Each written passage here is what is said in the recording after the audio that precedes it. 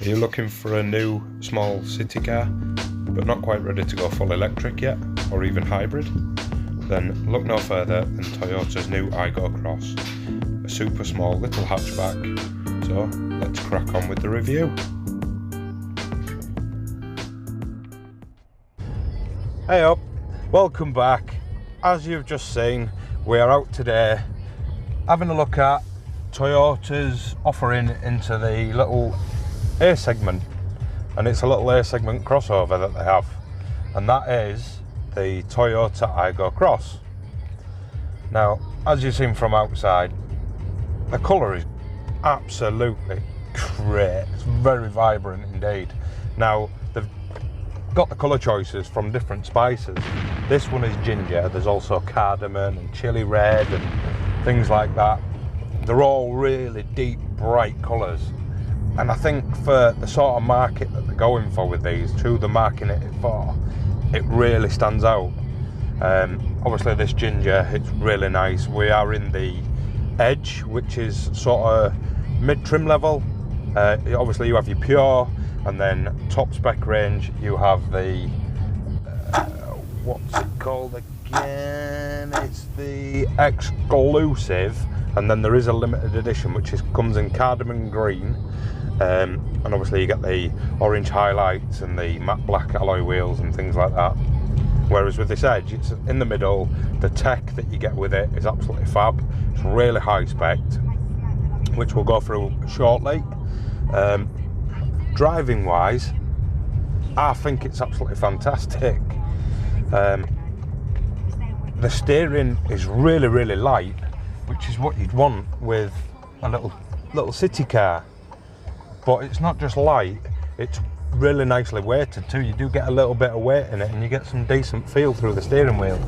It's like a more spirited B-roll blast. Not to worry, this actually handles really, really well. It's on the same underpinnings and platform as the Toyota Yaris, which is absolutely mint. The suspension on that platform and everything else that this shares with the Yaris is really, really good, which means you don't get a lot of body roll. Obviously you give it quite a lot in the bends, it is going to give you a bit of roll, as to be expected, but just general day to day, especially around the towns, the steering's quick, it's responsive. I really, really like it. It's actually been really, really fun to drive. I really like the dash layout. You've got, in the Pure is a 7-inch infotainment screen. I think it's an 8 in this Edge, and then when you go for Exclusive and the limited edition, you get the 9-inch, which is with Toyota's multimedia system. So it's a different system, which I had a look at, and you can check out in my little walkthrough video I did of the Aygo Cross down at Vantage Toyota in Scarborough. So I'll pop a little pop-out banner up there and link it in the description below. You can go and give that a watch as well. Now, just to say thank you to Joe down at Vantage Toyota in Scarborough, absolute legend. Wanted to get out and about, do some filming. He got in touch, said that they had this available. Would I like to take it out to review for you guys? Absolutely, fan-dabby-dozy, legend. Right, anyways, back on with the review. Now, comfort-wise, these seats, they're quite firm, but they're not firm where you'd think that they're uncomfortable. They're actually surprisingly comfortable. They've got nice little bolstering on the sides. I mean, I'm no skinny mini. I'm a bit of a lover of the dad bod.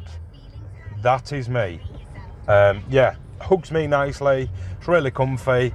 I'm not going to be banging arms with a passenger. I'm not catching it on the door, and that is also helped by it being on the same platform as the Yaris, which means it is now wider, it is longer, there's a longer wheelbase than the previous Aygo, and with that it means you get more interior space. Now it is a 4-seater, there's 2 seats up front, 2 in the rear. Boot wise, fantastic. You've got ISOFIX points in the rear seats, so you can get your children's car seats in. It is a 5-door, so the door open very wide, a bit similar with the Yaris, I found. It is a bit of a tight squeeze to get in the back, but once you're in, with it being a 4-seater and not a 3-seater in the rear, it is a lot more comfortable, and you can actually get some teenagers in the back. Even adults, I wouldn't go too tall adults, maybe under 6 footers, because otherwise they're going to be banging their heads, they're going to be tucked up in fetal position, and that is not great for anybody for comfort wise. I think this could have been a mistake coming down Scarborough Seafront. It is a bank holiday weekend, it is busy. Eddie, you are an idiot. Right, engine. 1 litre, 3-cylinder, non-turbo, no hybrid, so it is just purely petrol driven. Now, it produces 71 brake horsepower, and with the 71 brake horsepower you also get 93 newton meters of torque. Now, I will also flash up with that something else, because I can't work out how much it is in foot-pounds for those that like it like that. But in terms of acceleration, in the 5-speed manual, which I have today, which is absolutely epic, because the SVTs that you find in a lot of the cars these days do cause the engines to be quite noisy, and this little 3-cylinder, you get it higher up the rev range, it does get slightly noisier. Toyota claim that they're going for a targeted 60 miles to the gallon. Now, I could quite believe that, to be fair. Mixture combined, obviously out of town and city driving, maybe 50s I think, but otherwise the engine is really good. This gearbox, 5-speed, it's got a nice throw, it's a little bit notchy, but that's something that you'd probably get used to. I mean, I've been out in it an hour or so now, and just obviously going through the gears, I have found it a little bit notchy, but the pedal setup's really nice. They're not too close together, you don't catch your feet, especially for it being a small car. Leather steering wheel, you've got all your steering wheel functions on here, and they are super easy to use, just like they were in the Yaris Cross, CHR. Driver's display, it's really cool. They've set it quite low down, so obviously through the steering wheel you get a really good view of it. You have a nice little designed screen in the middle, and on there you can get your functionality, such as your trip computer, your media in the exclusive and the limited edition. You do that, get the cloud navigation. I believe, please don't hold me to it and roast me on it, but I will double check and let you know in a comment below if you can get the cloud navigation on there also. It is part digital and part analog. Obviously you've got the digital screen, and then around the screen you have analog speed up, and then on the right hand side you have LED lit up for your fuel gauge, and on the left hand side you have LED lights up the side for your rev counter. It's actually really, really nice. Materials in here. On the dash, it's not too bad, a bit scratchy at the top down there and down the bottom of the doors, but colour wise really vibrant, really cool, going for that younger market. We've got the same ginger running throughout on the doors and around the air vents on the side, and obviously if you want for a different colour, obviously it'll be matched to that also. Outside wise, from the edge upwards you get the bicolour paint. So this is obviously finished in the ginger, and then across the roof, the mirrors and the rear quarters is black. So that contrasts really, really nicely.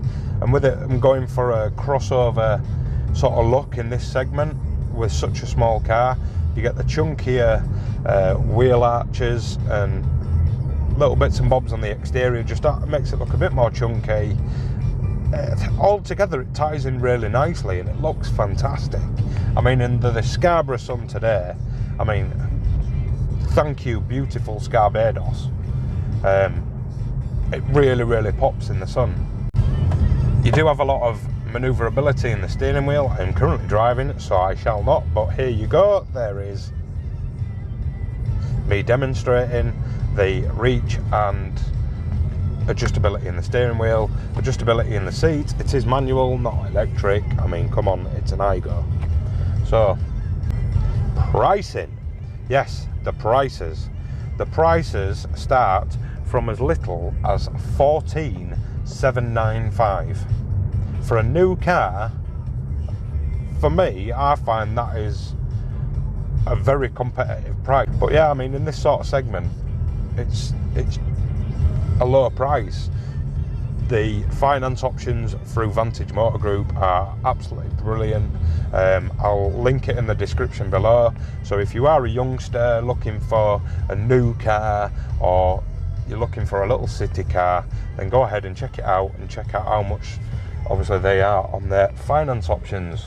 As for the exterior, you also get automatic headlights.